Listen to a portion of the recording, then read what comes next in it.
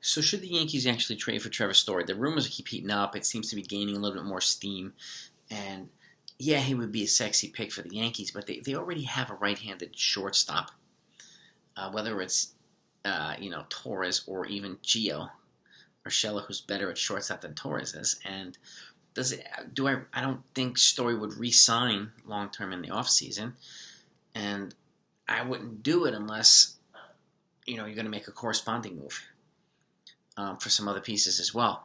If you're going to do that, you move Torres to second, you move DJ to first, you trade Voit in the package for some pitching or something like that, and you keep Gio at third, and you also try to get a maybe a Daniel Bard and John Gray in the package with him as well. I think the German Marquez thing is not going to happen. Doesn't sound like he's gettable. Doesn't sound like they're motivated to move him, although if they move Story, I don't know why in the world they would not move Marquez. And at that point, I think somebody probably would make a ridiculous offer. And I would keep an eye out on what happens with the Dodgers Trevor Bauer situation over the next week or so. I know he got an extension to August 2nd for his sexual harassment lawsuit or whatever it is, but if it looks like he's not going to be coming back, I would look out for the Dodgers to make a move for, they're in a position to blow away the Rockies for a Marquez or blow away the Nationals for a Scherzer. They can do whatever they want. So I would keep an eye out on the Bauer situation because I think it can impact a lot of different teams, particularly the Nationals and the Rockies, and even the Cubs, but more so the Nationals and the Rockies, in my opinion. So, but if they're gonna make a transition at shortstop, in my opinion, I think free agency would be the way to do it, and Corey Seager would be the guy I would have my eye on. He's lefty, he's younger than Story, and again he would give him another left-handed swinging athlete in that team, good team player with championship pedigree.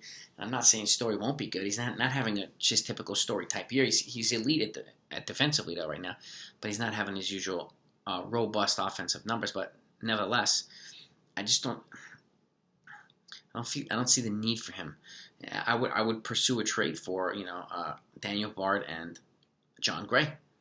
Sell high on both, and I think the Yankees could get him or get both of them for less than it would cost to get Trevor Story. They would still give up a couple of solid prospects, but those are the two guys I would go after there. If they happen to get three, they happen to get three.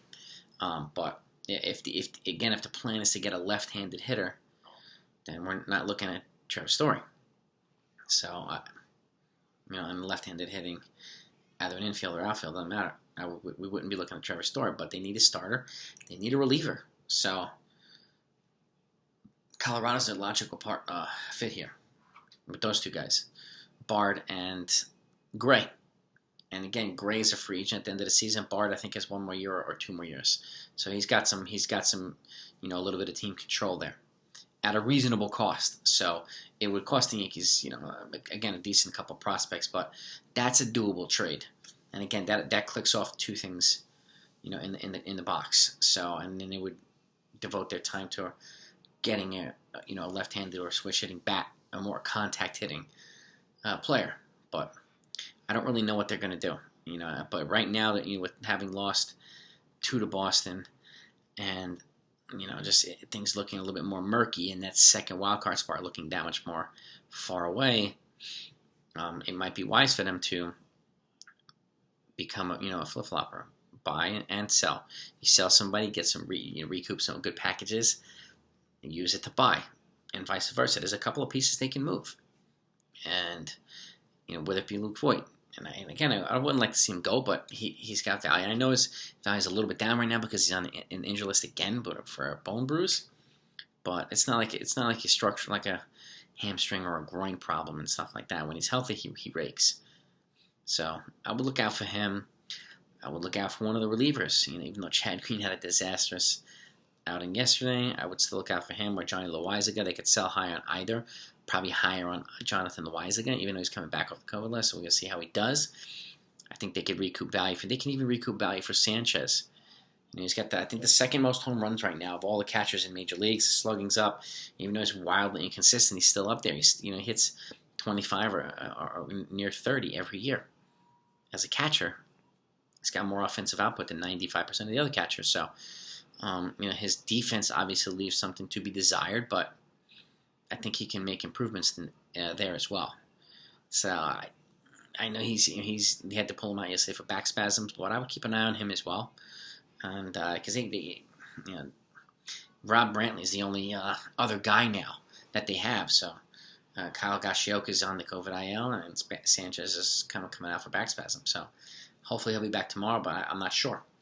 So yeah, keep an eye on some of these things. Their injuries, keep piling up in the Yankees, and it's just kind of across the board. And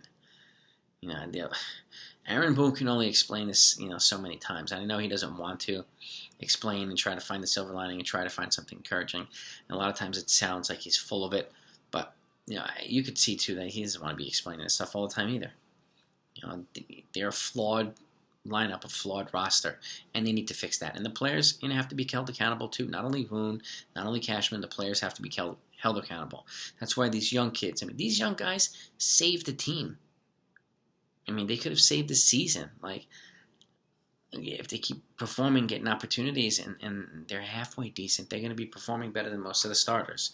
So my opinion is you don't leave anybody coming off these lists, these ILs, they have to go to the minors and AA, AAA, couple of games to kind of see if they have their rhythm back. I wouldn't just throw them back to the Major League roster. I don't care who they are. And sit, these guys who have come up and who have been performing. There's no way in the world I'd do that. No way. But the depth piece needs to be a better option, particularly on the pitching side. So, again, going back to Trevor's story, I don't know. I could see it on one end, and if they do make a trade with the Rockies for Story, I don't think it's only going to be Story. I think it'll be Story and Gray or Story and Barr. I think it'll be a multiple-player trade. Just don't know what type yet because they have a lot of needs. But those, to me, are the main ones. Relief pitcher, starting pitcher, and left-handed contact bat. So keep an eye out on these things. And anytime I hear some news, I'll keep filling you in. So keep you posted.